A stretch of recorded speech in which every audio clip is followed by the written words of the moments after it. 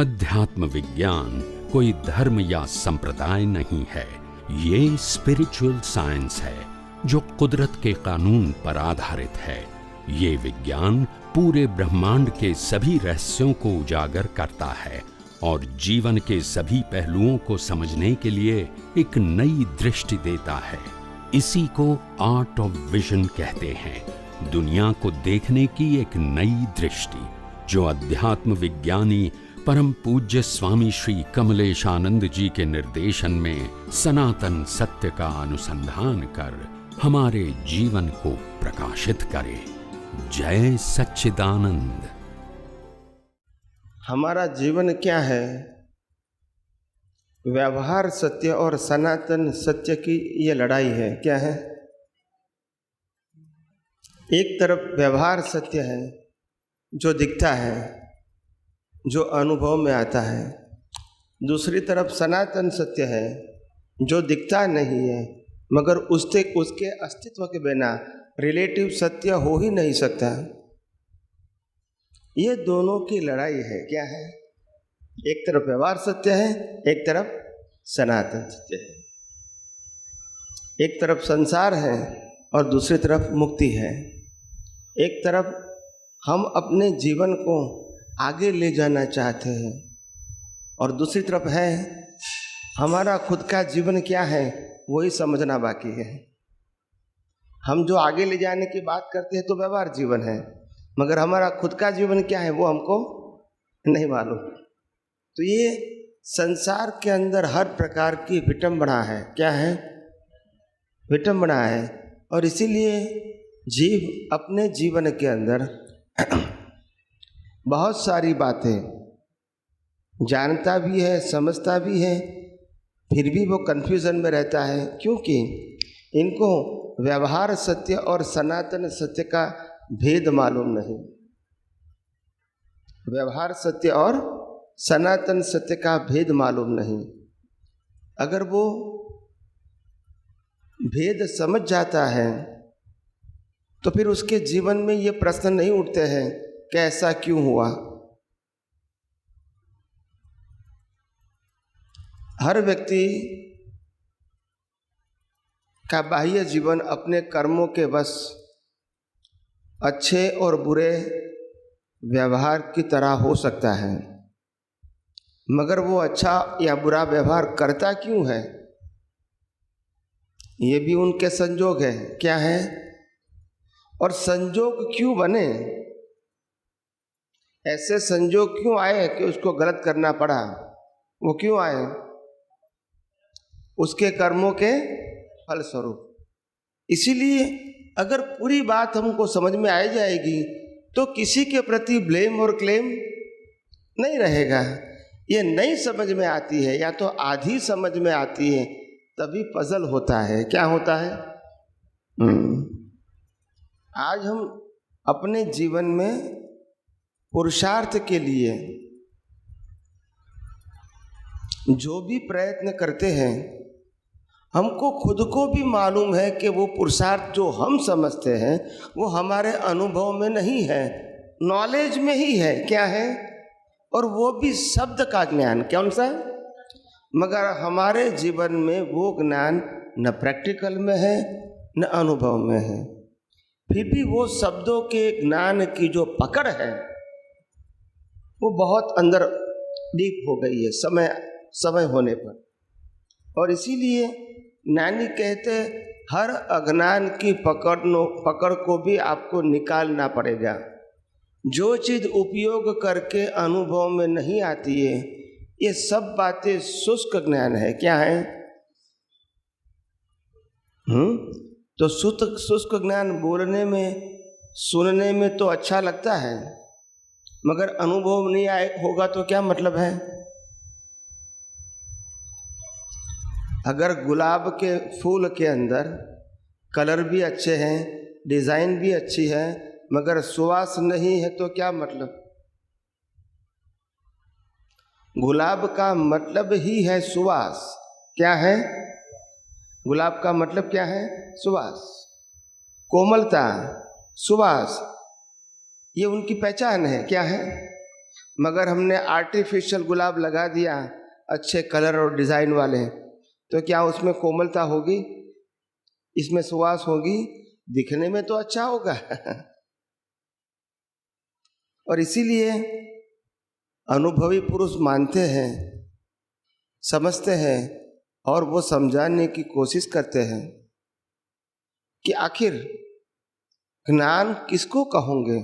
जो ज्ञान अनुभव में आता है वो ज्ञान है कि जो ज्ञान दिमाग में होता है वो ज्ञान है?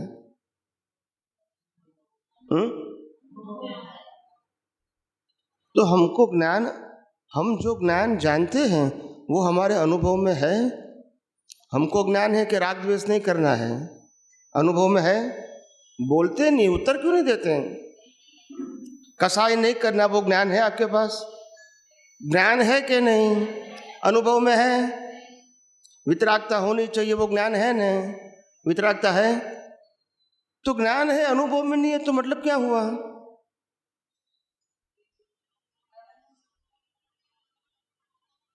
मैं सिंपल प्रश्न करता हूं। कैसा करता हूं? जो 5 साल के बच्चे भी समझ सकते हैं, ऐसा मेरा प्रश्न होता है। यहां विशिष्ट प्रकार के शास्त्र ज्ञान की जरूरत नहीं है। मेरे प्रश्न भी सिंपल होते हैं कि 5 साल के बच्चे भी समझ सकते हैं कि मैं क्या कहना चाहता हूं।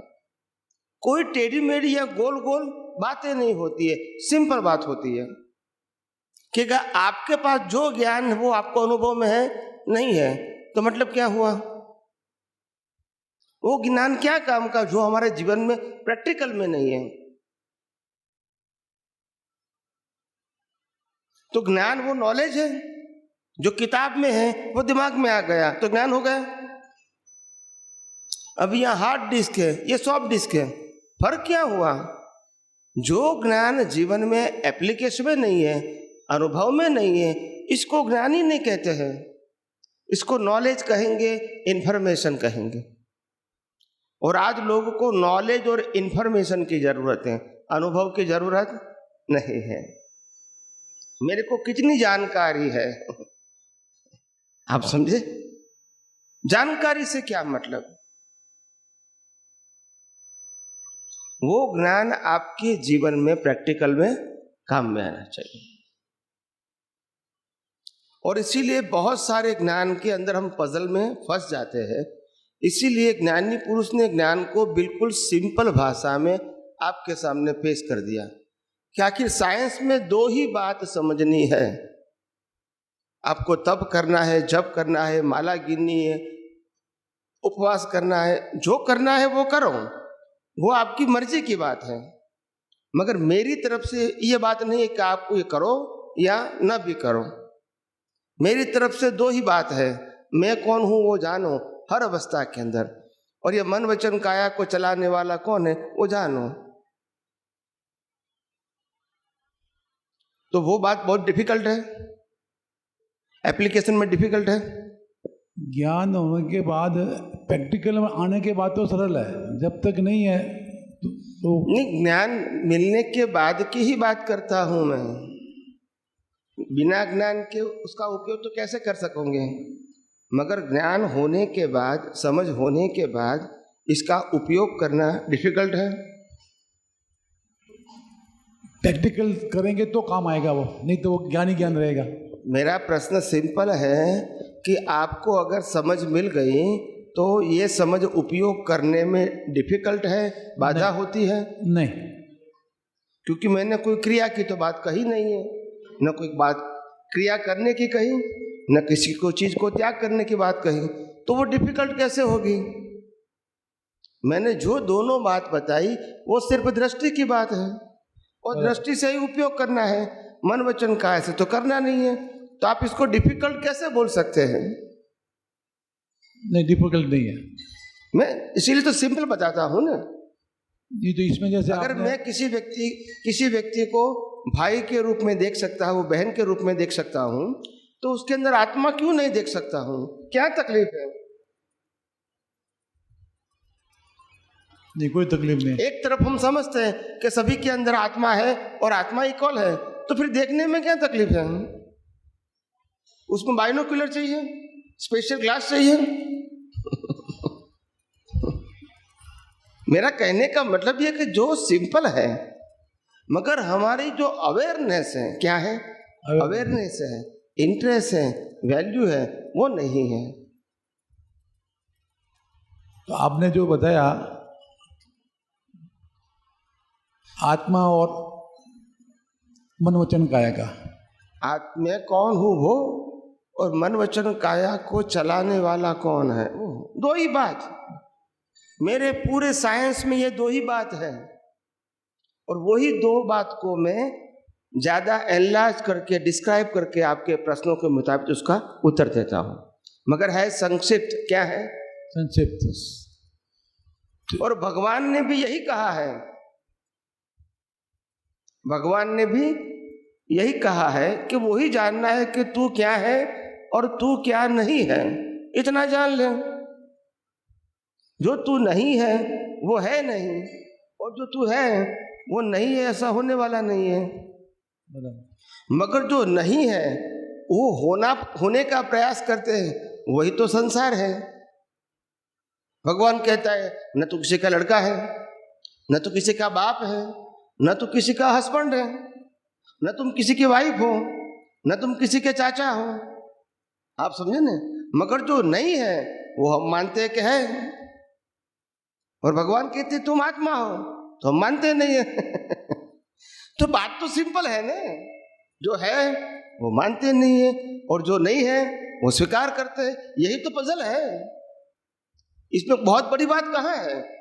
उसमें तप करने का आया नहीं, जप करने का आया, सिर्फ समझ का है। आरती करने का आया नहीं, पूजा पाठ करने का आया नहीं, कहाँ है? इतनी सिंपल बात है। इसमें जैसे आपके ये प्रातः विधि, नमस्कार विधि, चरण विधि, ये सपोज नहीं होती है तो इसमें जो मन चलाना चाहिए कि नहीं चलाना चाहिए? तो क्या होता है? नहीं, मतलब जैसे आपके जो बताया भाई करना चाहिए, नहीं हुई तो मन चलता है, तो ये क्या सही है गलत है? नहीं, करना चाहिए, वो व्यवहार सत्य है। क्या है? व्यवहार सत्य है। आप कहोगे कि मेरे को चोरी करना चाहिए कि नहीं करना चाहिए, तो मैं क्या कहूँगा? मैं क्या कहूँगा? नहीं, जैसे आपने भी दो बात बताई है, इस दो बात में सब आ गई है। अब ये भी क्या करना चाहिए कि नहीं करना चाहिए? वही वो दादा भगवान ने आप सूत्रों के अंदर पहला सूत्र लिखा है, अगर आपको मोक्ष में जाना है तो कुछ करने की जरूरत नहीं है, अगर आपको संसार में भटकना है तो सब कुछ करने की जरूरत है। अभी आपको उत्तर मिल गया। ये दादा भगवान का सूत्र है, पहला सूत्र, फर्स्ट आप सूत्र का पहला सूत्र। मोक्ष में जाना है तो देखना है, जानना है, समझना है। जो क्रिया होती है उसको भी देखो जानो, नहीं होती है उसको भी देखो जानो। मगर देखना जानना आपको अगर आ गया तो वो आपका मुक्ति का मार्ग है। करने में पड़ गए तो संसार है। फिर करने में पड़ेंगे तो क्या होगा? मैं करना चाहता हूं मगर होता नहीं है, मन चलता है, वही पजल होता है ना। हमको तो मालूम है कि हमारे पास श्वास लेने की स्वतंत्र शक्ति नहीं है। क्या है? नहीं, वो श्वास लेने की शक्ति नहीं है, मगर विधि करने की स्वतंत्र शक्ति है। वो भी नहीं है। नहीं, मेरी बात आप सोचो तो सही। ऐसा नहीं कि तुरंत उत्तर दे दो, सोचो। मतलब कि क्या अगर श्वास लेने की फ्रीडम मेरे पास नहीं है तो जिस श्वास के माध्यम से मन वचन काया चलता है उसकी कोई भी क्रिया में फ्रीडम हो सकती है, और फ्रीडम नहीं है तो इसको पुरुषार्थ कहेंगे? बोलते नहीं है। जिसमें हमारी स्वतंत्रता नहीं है, संजोग के अधीन होता है, उस अवस्था को हम पुरुषार्थ मान सकते हैं? नहीं, नहीं मान सकते। और आज मानते हैं, ये तो तकलीफ है। मैंने वही तो कहा आपको, जो हमारे सत्ता में नहीं है तो हम मानते हैं कि हमारे सत्ता में है। और आत्मा पूरा हमारे सत्ता में है, तो वो नहीं मानते हैं। बराबर। प्रकृति जो हमारी नहीं है, प्रकृति जो हम नहीं है, प्रकृति को चलाने वाले हम नहीं हैं, प्रकृति से जो भुगतान होता है वो हमारा भुगतान नहीं है, फिर भी उसके साथ जुड़ना आसान हो गया। और आत्मा हम है, अनंत शक्ति वाले हम है, अविनाशी हम है, उसमें जुड़ना डिफिकल्ट हो गया। ये भी कैसी अज्ञानता है, जो है उसे जुड़ नहीं सकते, जो नहीं है उससे आसानी से जुड़ जाते हैं। यही तो भ्रांति का ज्ञान कहीं अवतारों से चलता रहता है, कहीं अवतारों से, आप समझे। और यही भ्रांति का ज्ञान है, वो हमको आगे बढ़ने के लिए रुकावट डालता है। क्या डालता है?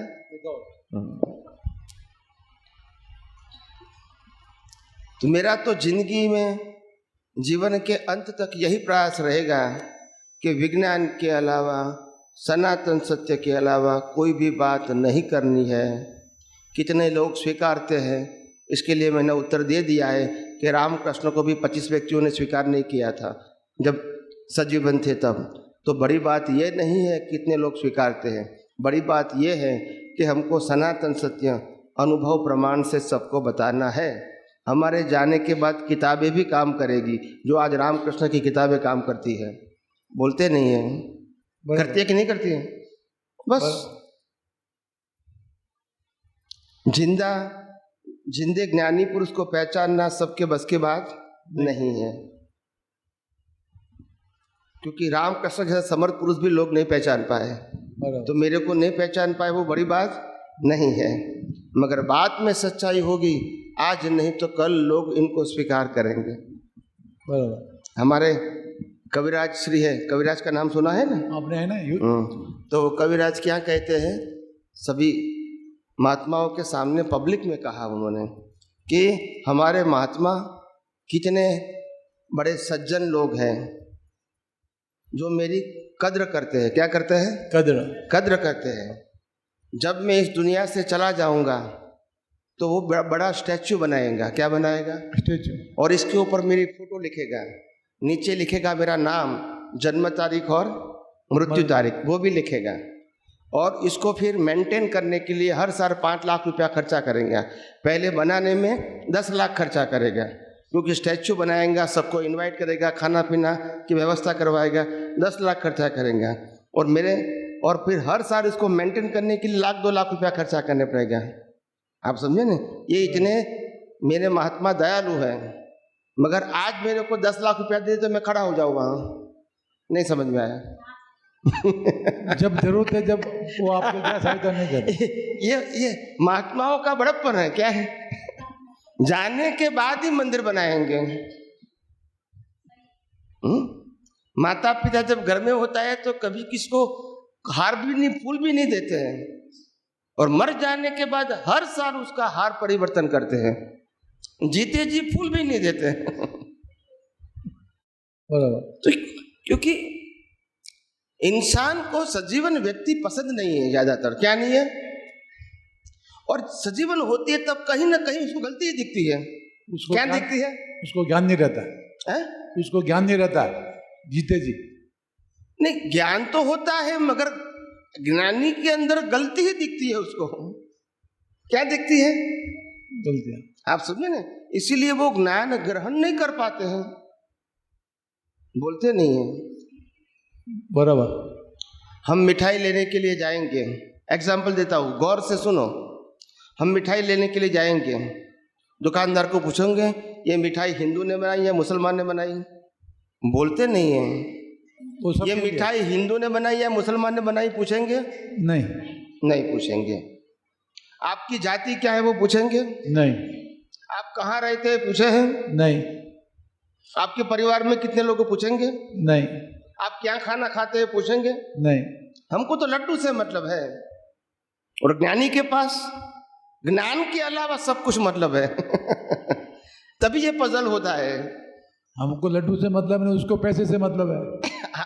उनकी बात छोड़ो ना, हमारी बात करता हूं मैं। हम जब कोई चीज लेने के लिए जाते हैं तो चीज किसे इंपॉर्टेंट है ना, तो ज्ञानी के पास आते तो क्या इंपोर्टेंट होना चाहिए? ज्ञान। कि कपड़ा कौन सा पहनना है वो इंपोर्टेंट होना नहीं, ज्ञान। उनका मुंह कैसा है वो इंपोर्टेंट है? नहीं। वो कौन से गांव से आए वो इंपोर्टेंट है? नहीं। हम तो सोच समझ के बात करते हैं भाई ये व्यक्ति आते हैं तो ज्ञानी है कि नहीं, वो तो पहले बात की बात है। वो कहाँ से आते हैं, कौन से गांव से आते हैं, कौन सी जाति है, कौन सा उसका धर्म है, कौन उसके गुरु है, कौन सी संस्था के साथ जुड़ा है, ये सब जानने के बाद हम इसको बुलाएंगे। आप समझे कि नहीं? तो ज्ञानी का इंपॉर्टेंट ज्ञान है या व्यवहार है? उनका ज्ञान।